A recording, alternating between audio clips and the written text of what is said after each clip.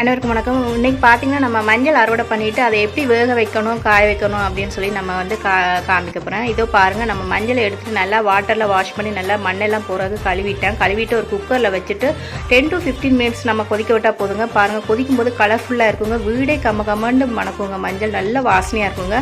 இப்போ பாருங்கள் எவ்வளோ கலர்ஃபுல்லாக இருக்குன்னு பாருங்கள்.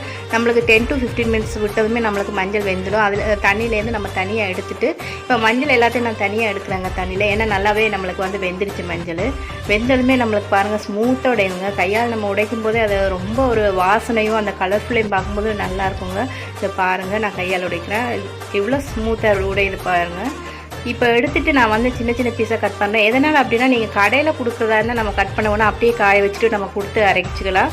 நான் வந்து வீட்லேயே மிக்ஸி கப்பில் போட்டு அரைக்கிறதுக்காக நான் சின்ன சின்ன பீஸாக கட் பண்ணிவிட்டு வெயிலில் 2 அல்லது 3 நாள் நம்ம வந்து வெயிலில் காய வச்சுட்டோன்னா நல்லா காஞ்சிடும். அதுக்கப்புறம் மிக்ஸி ஜாரில் போட்டு நம்ம அடிச்சுக்கலாங்க மஞ்சள். இதை பாருங்கள், நல்லா கட் பண்ணிட்டேன். தேங்க்யூ.